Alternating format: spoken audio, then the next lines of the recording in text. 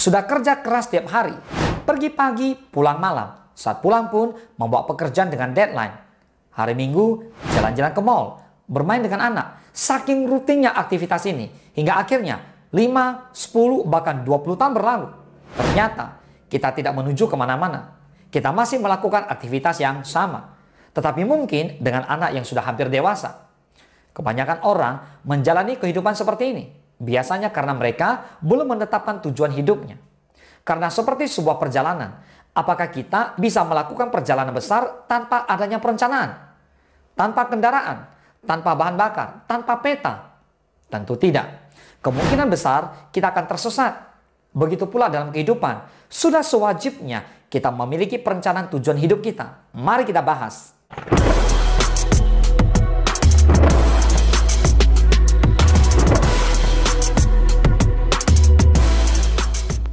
Sebelum kita lanjut, ayo silakan subscribe channel ini. Karena di channel ini, saya akan lebih banyak membahas mindset entrepreneur, investasi saham, membangun aset, bisnis digital franchise, dan formula menjadi seorang entrepreneur sejati. Yang pertama, tetapkan mimpi atau tujuan hidup. Memiliki mimpi atau tujuan hidup bisa dengan sangat sederhana. Contohnya seperti ini. Saya ingin menjadi ayah terbaik bagi anak-anak saya. Saya ingin menjadi artis dengan karya berkualitas hingga dikenal seluruh dunia. Saya ingin membangun perusahaan besar yang menciptakan produk untuk kesejahteraan umat manusia. Saya ingin mengatasi masalah kelaparan di seluruh dunia.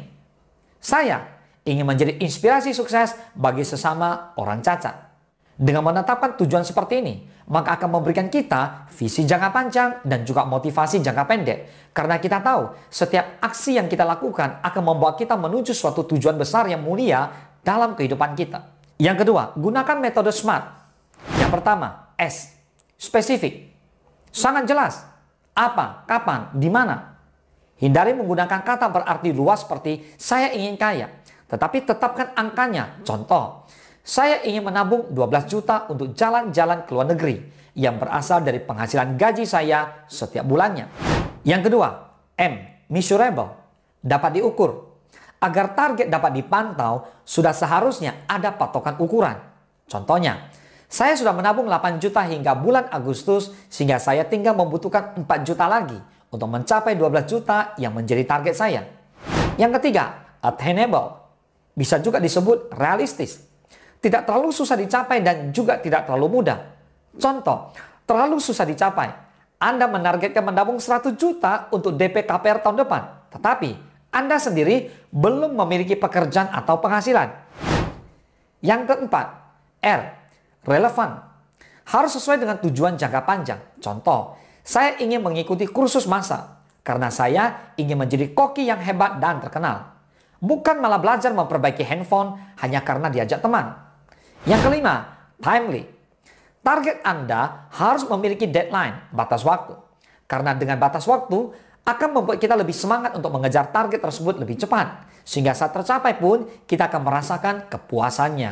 Nah, itulah SMART. Nah, sekarang kita lihat yang ketiga, belajar untuk membuat target atau goal tertulis.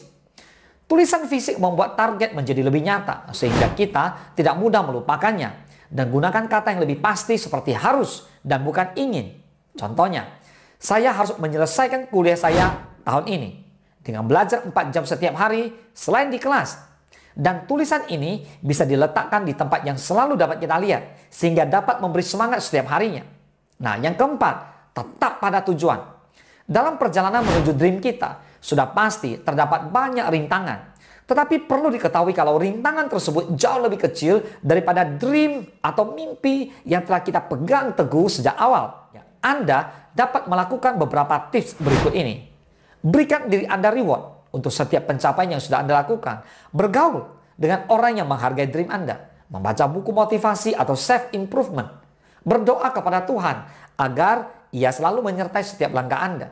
Membuat goal setting sebenarnya menunjukkan orang yang berhati besar. Karena kita mau melakukan perjalanan jangka panjang di kehidupan yang memiliki batas waktu ini.